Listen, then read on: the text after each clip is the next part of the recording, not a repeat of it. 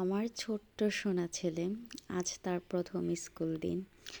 আমি মনে হয় না স্কুল ব্যাগটা গুছাতে দিয়ে যতটা ঘাবড়াচ্ছি তার থেকেও মানে আমার এক্সামের সময় আমি এতটা কি বলবো এতটা নার্ভাস থাকি না, এতটা চিন্তায় থাকি না। ওর জন্য যেরকম আমার টেনশন হচ্ছিল ফার্স্ট ক্লাস কি করবে, মানে কি বলবো অন্যরকম একটা ফিলিংস। আর সারা রাত তো ঘুমাতেই পারি নাই, কি হবে স্কুলে কি টিকতে মনটা বসবে কি না। যাই হোক, সুন্দর করে ওকে একটা ড্রেস নামাই দিলাম, দেন হচ্ছে এটা পরায়ে স্কুলে নিয়ে যাচ্ছি। ফার্স্ট টাইম তো ফিলিংসটা ওর জন্য খুবই বেটার ছিল এবং খুব খুশিও ছিল, এক্সাইটেড ছিল। যদিও স্কুল ব্যাগের ওজনটা ওর থেকেও বেশি, তার জন্য ও নিতে পারছিল না।